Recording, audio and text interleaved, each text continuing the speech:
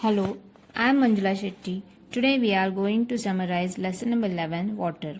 In this lesson, we will learn about sources of water, forms of water, how to save water and how we get rain, that is water cycle in nature. Rainwater is the main source of water on the earth.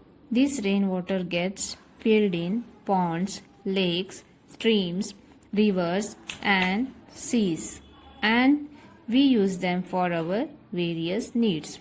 A puddle is a small pool of rainwater on the ground. A pond is a small body of water surrounded by land on all the sides. A lake is a large body of water entirely surrounded by land. A stream is a thin channel of water flowing down a mountain. As it flows down, the stream becomes bigger and bigger and form a river. And finally, rivers flow into the sea. A sea is a huge body of water and sea water is salty. We cannot drink it or use it for doing our any work.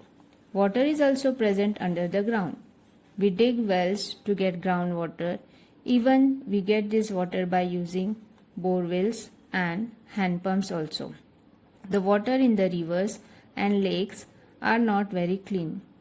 It contains dirt and germs. So first it is filtered and supplied to houses through pipes. Even this water must be filtered again at home or boiled before drinking, as there are chances of the water getting dirty and impure. And if we drink dirty water, it will make us ill. In some places, people do not get water supplied to their homes. They have to collect it directly from river, lakes, ponds or wells.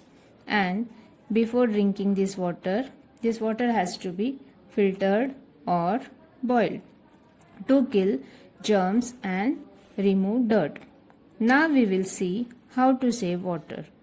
Although our world has plenty of water, most of it is seawater, and as it is salty, we cannot use it. We can use only fresh water from lakes, rivers, ponds and wells. And rainwater is main source of water.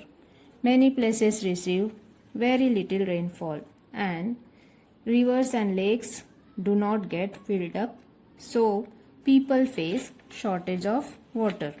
So we should save water by some ways, like we should not leave the tap on while brushing teeth. We should turn off the taps after using them. We should avoid bathing in showers. Instead, we should use buckets and mugs. So by doing such things, we can solve our problems and we can save water. Now we will see forms of water. There are three forms. One is water, second ice, and third water vapor. Whenever we boil water in kettle, it comes out in the form of steam or water vapor. This process of changing water into vapor is called evaporation. If we hold cold plate near the spout, the steam cools down and changes to small drops of water. This process of water vapor changing to water drops is called condensation. And whenever we fill water in ice tray and keep it in freezer, it turns into ice. This process of changing water into ice on cooling is called as freezing. And if we keep the ice in the open for some time, this ice again changes into water. This changing of ice into water on heating is called melting of water. So you can see that water has three forms: water, water vapor and ice. Changes of forms of water can be seen in nature also. The sun heats the water in ponds, lakes, rivers and seas and changes it into water vapor. This water vapor rises up in the air. It meets cool air and cools down and forms drops of water. Many drops join together to form a cloud. The clouds cool further and small water droplets join together to form bigger drops of water.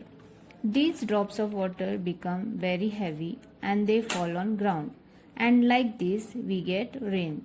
And these rainwater again get collected in rivers, lakes, ponds and wells, etc.